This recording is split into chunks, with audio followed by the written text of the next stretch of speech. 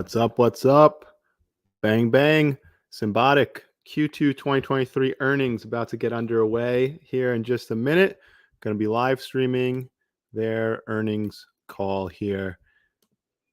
So while we're waiting here, they did release some numbers, which I'll share with you guys. I could share my screen here.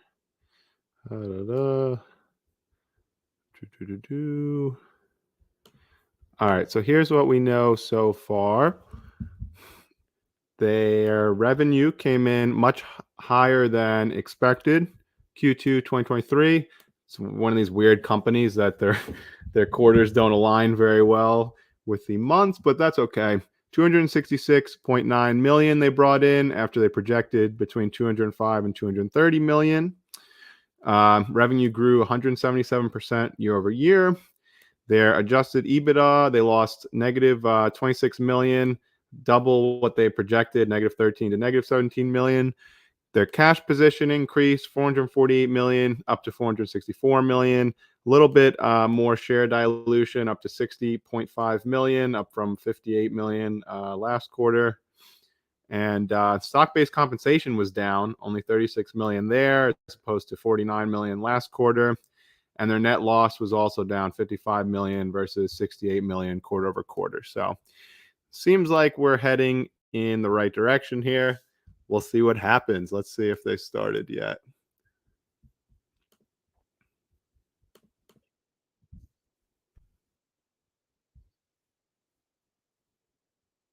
Here we go.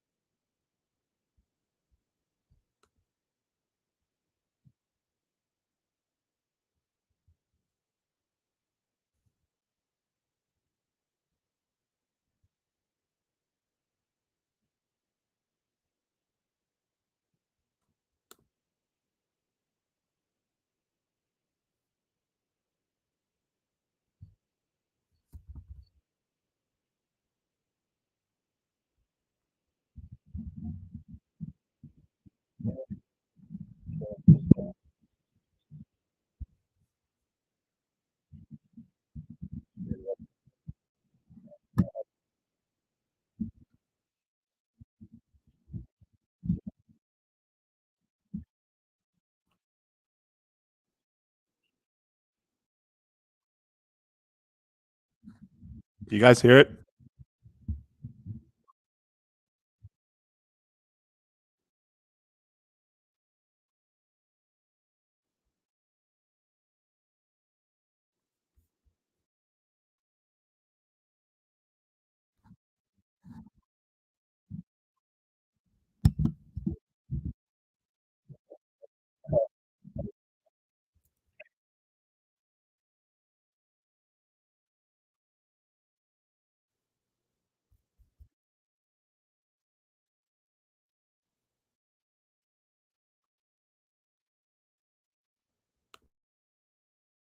We are gaining efficiency in our deployments by standardizing our systems, streamlining our deployment processes, and realizing the benefits. All right, we should have the sound now. Sorry about that. Our cash and equivalents, including marketable securities and restricted cash, grew $17 million sequentially to $465 million due to favorable working capital performance. We believe we have more than adequate resources on hand to achieve our strong growth plans and remain very well capitalized to execute our strategy. Recurring revenue continued to grow sequentially as deployments moved to production. We now have 9 systems operating at customer sites. Over time, as system completions cascade, recurring revenue should grow to have a much higher gross margin than systems revenue, as well as become an increasing share of our revenue mix to provide powerful operating leverage to our business. Our second quarter adjusted gross margin increased 100 basis points sequentially. These results still reflect significant costs associated with lower margin innovation initiatives, the burden of elevated pass-through steel costs, and costs associated with rapidly scaling our operations. Adjusted system gross margin improved by 70 basis points sequentially after excluding $5.2 million of the $8.4 million in severance and restructuring charges that flowed through cost of goods sold.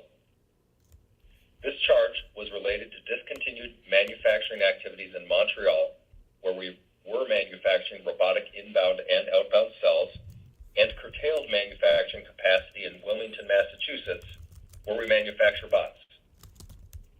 Our outsourcing success enables us to continue to drive strong deployment growth while also setting the stage for long-term cost savings and margin expansion. In the second quarter, operating expenses, excluding stock-based compensation, increased sequentially as we continue to invest in innovation that can drive sustained growth and margin expansion. Finally, operating leverage improved as we achieved a 4% adjusted EBITDA loss rate compared to 8% last quarter and 27% last year. This was driven by our revenue growth and expanding gross margin. Turning to our outlook, for the third quarter of fiscal 2023, we expect revenue of between $245 million to $265 million and an adjusted EBITDA loss of between $11 million and $8 million. We are through the midpoint of our fiscal 2023 and are excited about the second half as we continue to transform the supply chain. We are scaling our business and innovating rapidly to deliver for our customers. We look forward to speaking with you again next quarter to provide an update on our progress, and now welcome your questions. Operator, will you please open the Q&A? Thank you. Again, ladies and gentlemen, if you'd like to ask a question, please press star 11 on your touch-tone telephone. Again, to ask a question, please press star 11. One moment for our first question. Our first question comes from Andrew Kaplowitz of Citi. Your line is open. Good evening, everyone. Good evening, Andrew. Rick or Tom, can you give us more color into the transition to outsourcing that you continue to see in terms of the restructuring charge you took? It looks like you expect to see maybe a slight improvement in losses and slightly lower revenue in Q3 than Q2, but are you experiencing in Q3 any of the impact of the restructuring, or when would you expect to see the full impact of the restructuring benefit, the streamlining of manufacturing your P&L, and how much benefit could you see? Yeah, thanks, Andy, for that question. So, as you saw, we took an $8 million restructuring charge. This included both inventories and property, plant, and equipment, as well as $3 million related to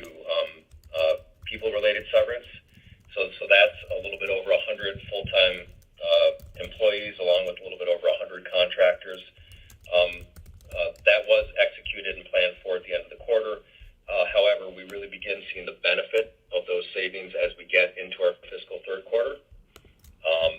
Again, those restructurings were associated with the discontinued of cell manufacturing operations in Montreal, and then the significant curtailment of bot manufacturing in Wilmington, Massachusetts.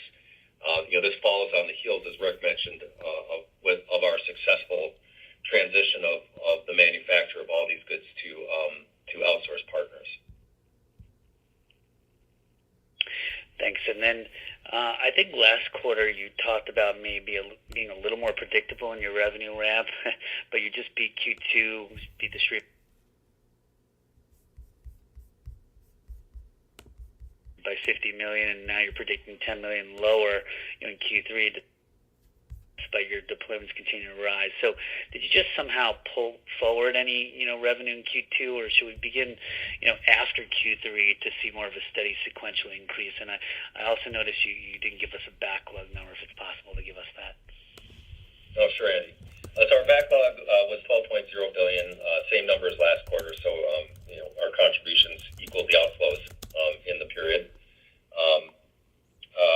and that will match our remaining performance obligation that we expect to disclose when we file our 10Q. Andy, I do think that as we're growing scale here and deploying more systems, the revenue is becoming that quarterly variability is becoming smoother. However, we are still growing really fast, and we're ramping new outsourcing partners. So we clearly are still seeing some significant variability in terms of quarter-on-quarter growth.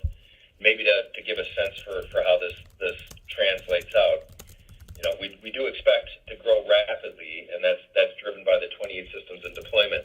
However, even as we look here into the second half, the strongest contribution in the second half is going to be driven from the 9 systems that were started in the second half of 2022, for example. So, minor timing differences in 1 or 2 or 3 of those 9 systems can have meaningful differences in terms of the actual quarterly revenue growth that we post. So as we have more systems in concurrent deployment, we continue to expect that those sort of quarterly variabilities in revenue will begin to diminish over time. Appreciate the color, guys. Thanks again. Thank you. One moment, please.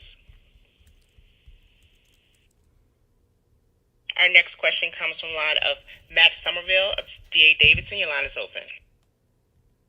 Thanks. A couple questions. First, Tom, can you maybe comment on, based on the successes you're having out, with outsourcing and the scale you're getting, just when you believe the company will be achieve EBITDA positivity on a sustainable basis? And then I have a follow-up.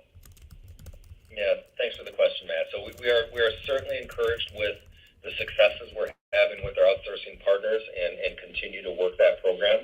As I think Rick highlighted and I emphasized as well, we do believe that we'll begin to see benefits and leverage in the near to midterm, and we continue to believe that over the long term, that while certainly it'll help us achieve our primary goal in outsourcing, which was the ability to scale this business to a much greater scale, that we think it will result in higher long-term profitability as well. So while we're not giving guidance, I think that consensus expectations in the street, many analysts are looking for profitability in Q4. So we're not looking forward to the full year. But what I can say is that we do believe that our operating leverage is quite high. That as we're able to scale revenue, we believe that we'll continue to benefit from expanding gross margins, and we'll continue to see OpEx growth be moderate. And in particular, in the near term, we think operating expense growth can be curtailed significantly through the benefits of the outsourcing restructuring plan we just put in place at the end of this last quarter. Great. And then maybe as a follow-up, can you talk a little bit about maybe some of the progress you're making with BreakPack and Symbot, and when you think those solutions will kind of be ready for game time, if you will?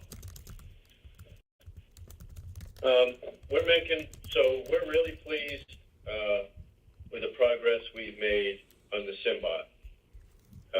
That was a big technology change for us, and though we are not realizing all the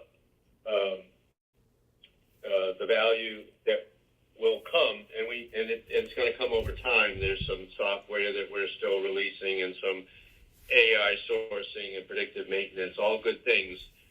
So they'll be coming in the next year. But we're really pleased with two things. One, we have a great new product. Two, we successfully managed to prototype it and then move it to outsourcing partners. So that'll continue to improve. So that was a big deal in the last 6 months. And nobody should underestimate successfully outsourcing without blowing up your supply chain. So that's all I'll say about that. We're very happy with how it's gone. On the brake pack, I'm probably there 1 day a week, sometimes 2 days a week. That's going to be a great product for us. It's still rough. It's our first prototype, but we would expect certainly in the next 6 months that we should see very good results out of that. I'll just add to that, Matt, that we are still actively field testing Symbot today too. So we haven't announced the final general release of that product, but we have many of those units out actually running in live production environments today at multiple sites and multiple customers. Got it. Thank you, guys. Thank you. One moment, please. Our next question comes from the line of Mark Delaney of Goldman Sachs. Your line is open. Yes, good afternoon. Thank you very much for taking the questions. The first one is on the bridge from the fiscal first quarter to the most recently completed fiscal second quarter. Revenue is up roughly $60 million sequentially. I think EBITDA improved about $5 million.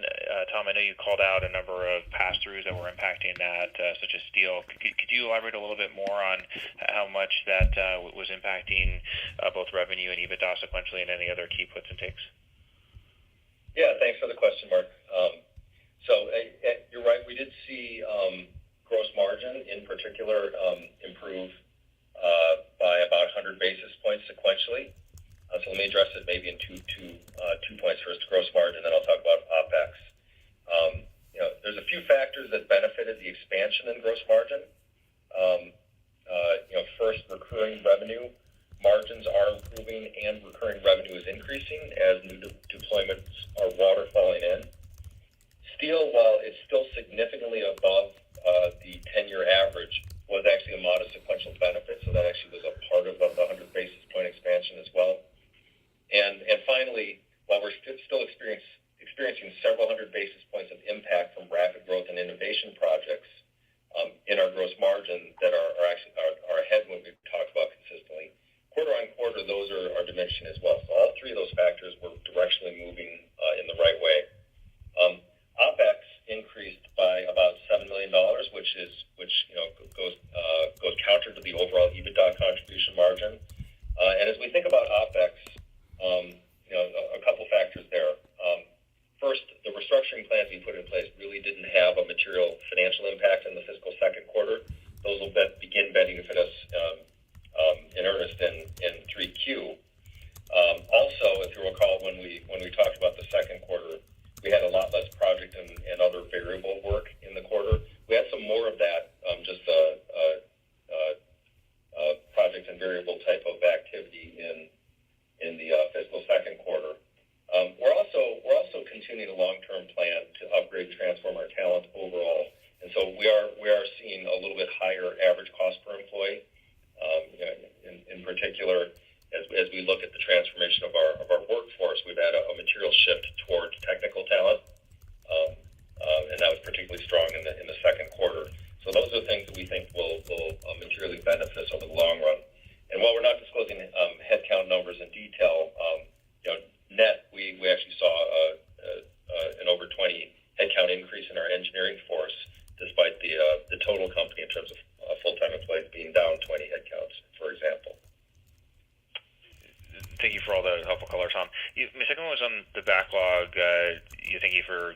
on where it stands in total. Could you comment any more on the composition of it in terms of what kind of gross margin you might think is embedded in the backlog relative to where you're running? And, when you think about the backlog, how much is coming from hardware relative to some of these subscription elements and software? Thanks. Sure. Thanks, Mark. And as you know, Mark, our backlog disclosure, we tie to our accounting remaining performance obligation disclosure. So therefore, our backlog only includes contractual commitments, which means it's heavily populated by systems revenue, as some of our recurring revenue sources will have annual or only partial 10, 15-year type of contributions. And first, I apologize. The first part of your question, Mark? Yes, that's helpful. Thanks, Tom. But anything you can share on the gross margin embedded in the backlog relative to where the company is currently running, if you're able to comment there. Yeah, thank you. So overall gross margin is 18.3%. We continue to expect that the structural gross margins implicit in that backlog are much closer to 30%. And the difference between that 18% and the high 20s% is really the three factors that I talked about in relative to your first question. In particular, the biggest of which is the financial impact in our COGS of our rapid growth and our shift to outsourcing, along with our innovation projects that are heavily weighted in upfront revenues in that backlog. That close to 30% structural gross margin is structural for the systems revenue only. As we think about structural gross margins for the recurring component of that backlog, we see them well north of 50% into the 60% range. So you blend those two together to get something that's in the mid to high 30s. Thank you. Thank you. One moment, please.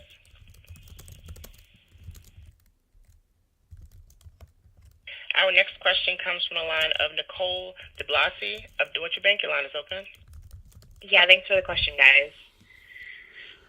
Hi, Nicole. Hi there. Maybe just starting on the restructuring. So with the continued focus on outsourcing, should we expect more of these restructuring charges to come, or do you think this was more of a one-off? And any color at all on quantifying the benefit that we should see from what you spent in the quarter over the next several quarters? Thanks. Yeah, thanks for the question, Nicole. So as I said in my prepared remarks, the restructuring includes the complete discontinuation of manufacturing of our cells in Montreal and a significant curtailment in Wilmington. So while we don't have any others to talk about today, that's a significant portion of the manufacturing activity we had to date. Obviously, we're continuing to advance our outsourcing initiatives across the range of things that we do. So, there may be more in the future, but we'll talk about those as it's time to talk about them. Got it. Thanks. And then just shifting to the steel dynamic. So steel inflation has continued to tick a bit higher year to date. Is the expectation that this quarter is kind of the maximum benefit that you should see from steel? You talked about it being a sequential good guy. Like, does it then turn into a sequential bad guy in the second half of the year? Thanks. Yeah. Thanks for the question, Nicole. And you're right. If you pull up the steel chart, it's shown quite a bit of volatility. So no, based on what we've seen to date, our steel purchases tend to be dollar weighted in the 10 to 12 months prior to actual installation, where the revenue is concentrated, the installation phase. So we would actually expect the max benefit quarter to be our fiscal Q4 before you begin to see some of the upticking that we've seen recently create some headwinds. So it is hard to predict where these things are going to go because of the nature, which is one of the fortunate things that our business model allows us to largely pass these costs on to our customers, making our profit dollars very predictable, even though it does have a gross margin impact in terms of what we report on a percentage basis. Thanks. I'll pass it on. Thanks again, Nicole. Thank you. One moment, please. Our next question comes from the line of Jim Ritucci of Needham. Your line is open. Hi, thanks for allowing the question. Just very important the background noise. But question on gross margins. If sounds like you cited several factors that could be more of a tailwind to gross margins, but I'm also trying to understand where exactly you are in the ramp up of your outsourcing partners.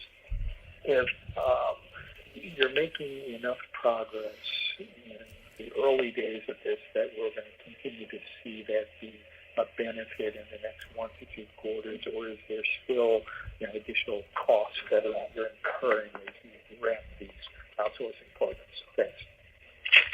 Yeah, thanks for the question, Jim. We do see more tailwinds as we look forward. Now we still do have a lot of work to do with our outsourcing partners. So while we have significant outsourcing happening across our entire value chain, we're still working on acquiring more partners across each of those, so manufacturing and installation and commissioning here. We also expect that our work with these partners in terms of collaboration and communication is going to benefit our mutual operations together over time. And so this is something that we think will provide opportunity to improve our efficiency over a multi-quarter time frame rather than just a multi-week time frame. And then there's just some near-term benefits that now that we have the confidence and the capacity up and running with these partners, that we're able to do things like discontinue our own operations, that provides some immediate benefits. So I'd say it's a mix, Jim, but we clearly have a significant roadmap of opportunity over many quarters. And I don't know if you want to comment on this, but one of the things I'm also trying to understand is the rate at which you're scaling. How many system deployments would you anticipate advancing in the current quarter? Is the question how many do we anticipate initiating in this Initiating, quarter? I'm sorry. Yes, that's right. Yeah. So, we initiated 7 system deployments in the last quarter we just reported in our fiscal second quarter. We don't tend to guide for the 1 quarter forward. I do think that there can be quarter-on-quarter variability in those numbers. So as we think about multiple quarters over time, we look to grow that number. But Jim, you should assume that there will be some ups and downs in terms of quarters, and we feel like the 7 we did this quarter and the 6 we did last quarter is an exceptionally strong quarter, relative to our growth plans. Got it. Thanks for that. Thank you. One moment, please.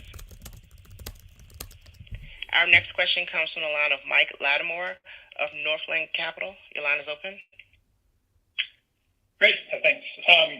Just in terms of supply availability, is that improving? Is there further improvement that could occur? Can you just give some tone around that? Yeah, thanks for the question, Mike.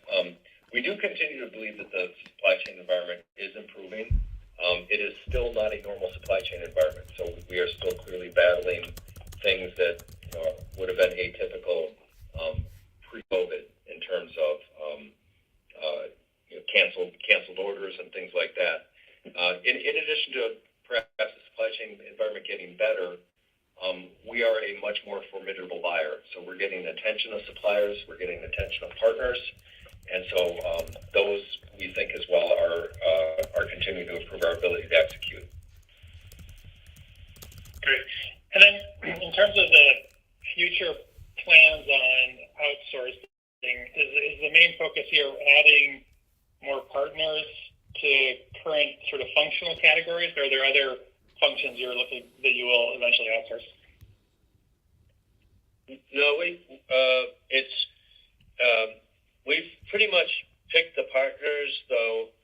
So we have partners that'll help us install sites, partners that'll help us build the Symbots, partners that'll help us build the cells. So we're pretty well executed our strategy on outsourcing. And the partners will get better. They'll continue to help us innovate. But we're pretty much, this last 2 quarters were big quarters for us in getting this job done. Yeah, so we've got the functions covered, Mike, and now our goal is to deepen the bench and broaden the bench. Partners. Yeah. Okay. All right. Very good. Thank you. Thanks, Mike.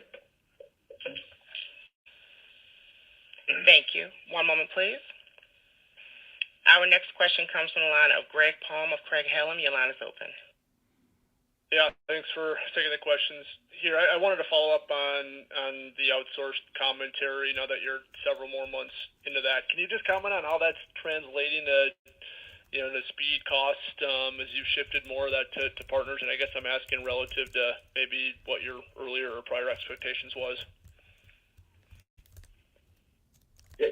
Greg, it has enabled us to continue to execute to our plan. So, we are seeing our targeted deployments set with a little bit faster time frame than we were executing to the systems that we're just completing, for example. And as we've engaged with these partners and talked about the kind of structural improvements, both in terms of processes and collaboration, but also in terms of technology, we are further encouraged that the opportunity to compress deployment time frame is real, tangible, and something that we're going to work on together over the coming multiple quarters to years. Okay. And then just following up on an earlier question about EBITDA profitability, Tom, you commented on, I guess, consensus estimates for Q4, and I guess my question is, were you effectively blessing those, or what was the rationale for commenting on those directly? Yeah, thanks for the question, Greg. No, we're not providing full year guidance, but I just wanted to set context for it. So, what we will say is, as the revenue is able to scale, we believe that we're in a strong position to have high operating leverage. Okay, fair enough. I'll leave it there. Thanks. Thanks, Greg. One moment, please. Our next question comes from the line of Joe Giordano of Cowen. Your line is open. Hey, guys. Hi, Joe. Rick, just given your comments about BreakPack and you're making good progress there, planning out over the next 6 months, how should we think about R&D levels post 2023? Could we see a step down in spend now that you've kind of gone through Symbot and you're going through BreakPack to a large extent now? How should we think about the required levels to keep the organization on the cutting edge? Yeah, I don't think you'll see a reduction in R&D. I think we'll look to pull money out by just being more efficient with the organization, but we're gonna continue to fund R&D simply because we have a lot of great products that we haven't talked about that are in the works that are going to help us a lot, and so this is just a great innovative lab here, and we continue to recruit really great talent. So the answer to your question is no, I don't think you should expect R&D to drop. I'll add to that, Joe, that you're right that BreakPack, along with Symbot, are very significant projects in our innovation budget.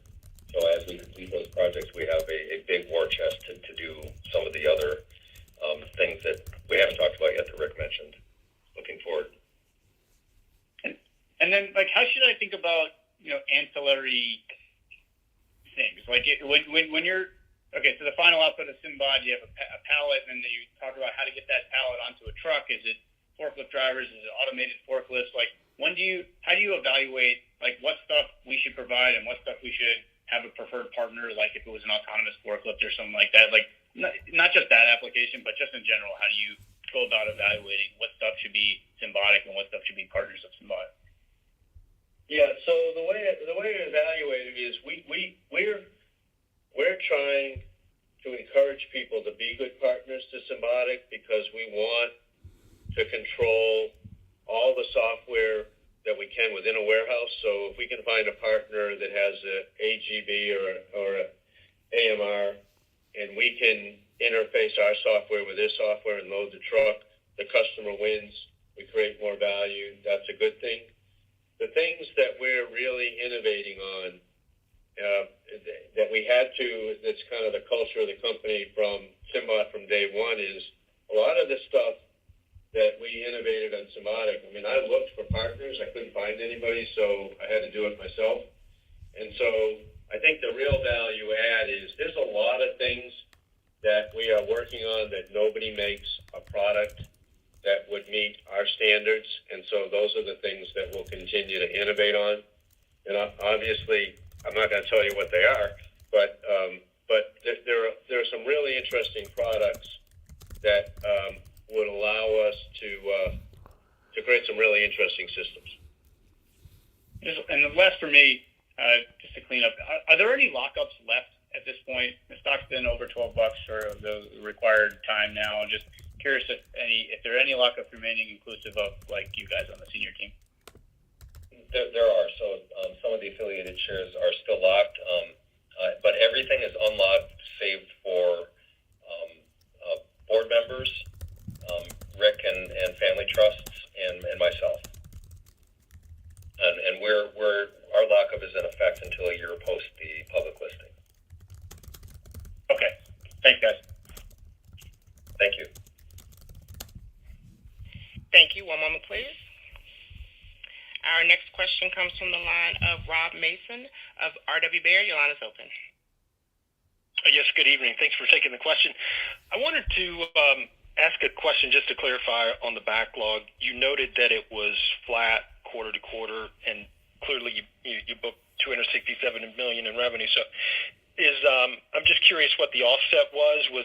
Was there a new customer in there, or did you add additional systems from existing customers? What would accounted for it holding flat? Yeah, thanks for the question, Rob. So no new customers booked in the quarter. What we're seeing is a higher variable consideration than what we contemplated when we entered the period. And that variable consideration relates to, is that productivity or? It relates to the business that's now under deployment and execution. So the variable component's higher than what it was before we had that component added to the started deployments. Okay. And just as a follow-up, you've brought on a lot of partners, as you've outlined here over the last 2 quarters. Has any of your partners, have you observed them basically start to finish on projects or deployments to be able to assess, the timeline that they're working on, working from initial start? I guess you just speak about their ability to commission and get projects over the finish line, how you feel about that in the time frame. Yeah, thanks, Rob. And this highlights something. So while we made comments about a year ago that we wanted to put our foot on the gas in our outsourcing initiatives, and we did so. And since then are now have fully outsourced across our value chain most of what we do. That wasn't the start of our outsourcing initiative. So we've had some significant components outsourced from the start, such as our lift systems, for example. So our experience in those first waves have gone from start to finish with a high degree of success and teamwork with those partners. So this latest wave, we have completed an extensive part, I'd say, of the outsourcing life cycle with them. But we do have a long demonstrated track record of being successful with outsourcing from start to finish, and then for a year or two to follow that. Very good. Thank you. Thanks, Rob. Thank you. One moment, please. Our next question comes from the line of Derek Soderberg of Cantor. Your line is open. Yeah, hey guys, thanks for taking my questions.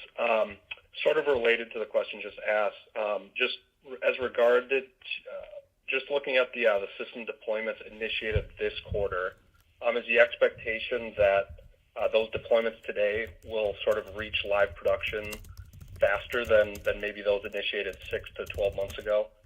Just curious if you can update us on your progress shrinking those deployment timelines, and if you can quantify any of that progress, that'd be great. Yeah, just to give you a sense, Derek. So as the supply chain environment got tighter, looking backwards, we actually extended the time frame a bit, so we got an earlier start on procurement.